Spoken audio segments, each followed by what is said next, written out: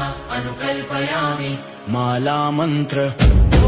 नमो भगवते आकाशभैरवाय निखिललोक प्रियाय प्रणतजनपरितापविमोचनाय सकलभूतनिवारणाय सर्वाभीष्टप्रदाय नित्याय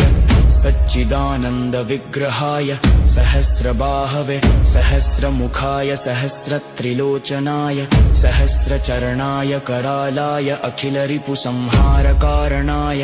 अनेककोटिब्रह्मकपालमाला अलङ्कृताय नररुधिरमात्सभक्षणाय महाबलल्पराक्रमाय महादन्तराय विषमोचनाय परमन्त्रयन्त्रतन्त्र विद्याविच्छेदनाय प्रसन्नवदनाम्बुजाय देह्येहि आगच्छागच्छ ममाभीष्टम् आकर्षय आकर्षय आवेशय आवेशय मोहय